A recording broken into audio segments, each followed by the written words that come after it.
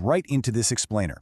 Today, we're unpacking a pretty bold and highly specific geopolitical theory from a recent broadcast by the channel India.com. Their main argument?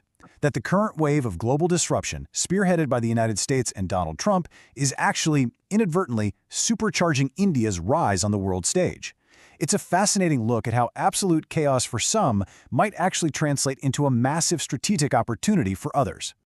Right off the bat, the source totally flips our usual expectations. I mean, the popular belief has always been that the previous era was the golden age for US-India relations, mostly because of all that open, vocal praise for the nation's leadership. But this broadcast argues the exact opposite. They claim that dismantling the entire post-World War II world order is actually India's biggest diplomatic win yet. They're framing this current era of disruption and the fracturing of traditional alliances as the exact catalyst India needs to lock in its status as a true global superpower. So, to break down this theory, we'll be looking at 5 key areas today. 1. The old order disrupted. 2. Israel's strategic pivot.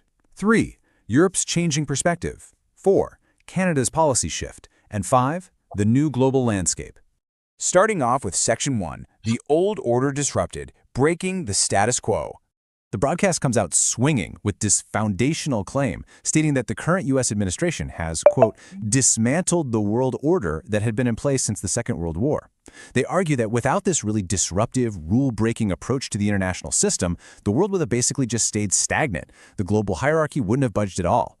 But because that old status quo is totally shattered, the source says India is now uniquely positioned as the sole hope in a suddenly very chaotic world. Moving into Section 2, Israel's strategic pivot, a shift in Middle Eastern alliances. The really crucial point here is how the source sees Israel reacting to U.S. pressure. They claim that what's perceived as American arrogance is actively pushing Israel away from its historical reliance on Washington.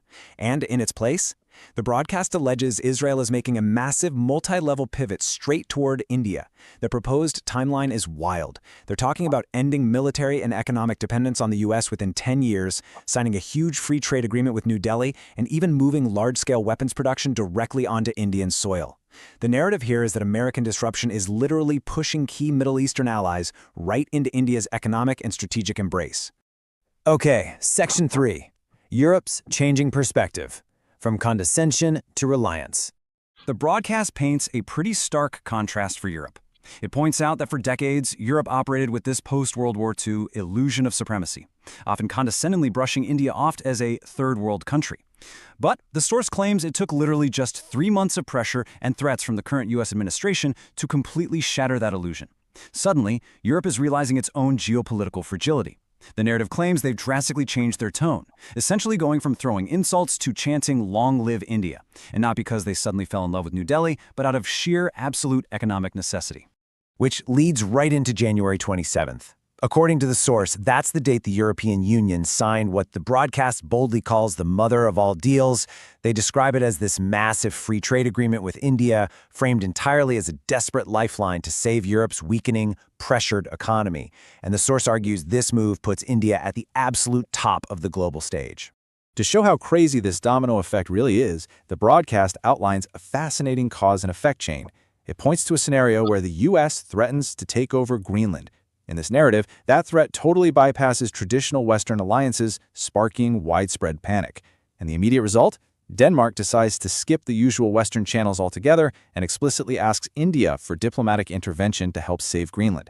It's presented as the ultimate proof that the old Western alliance is fracturing and India is the one stepping right into the void.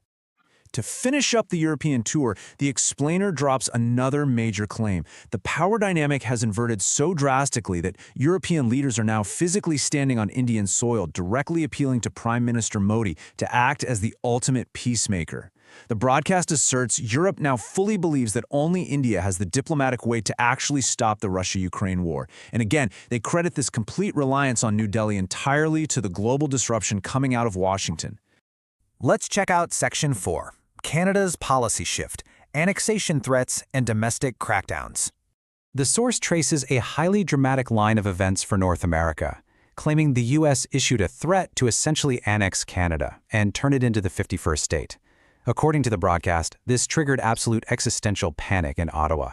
Because of this massive fear, the source claims Canada completely reversed its domestic policy, vowing for the very first time in history to eliminate anti-Indian separatists, specifically Khalistanis, from its soil.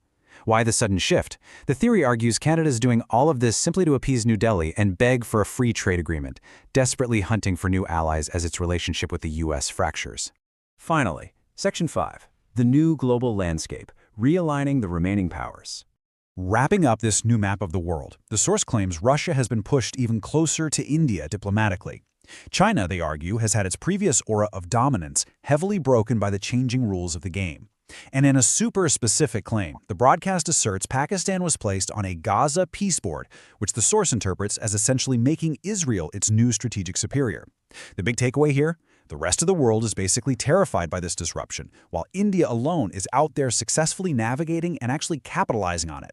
So putting this all together, the source is essentially defining India as the world's new, fearless, balancing power for the 21st century.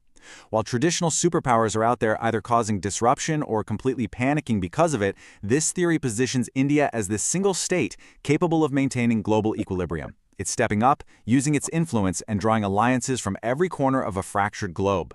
It's a massive redefinition of how global power actually works. It's definitely a fascinating and highly specific geopolitical theory from India.com. It totally challenges the conventional views on alliances and global stability. Which really leaves us with one big question. As the old post-World War II rules get rewritten right in front of us, is this actually the map of the future? Will this specific era of global disruption be the exact spark that makes India the world's primary balancing superpower? It's absolutely something to think about as we watch international relations evolve in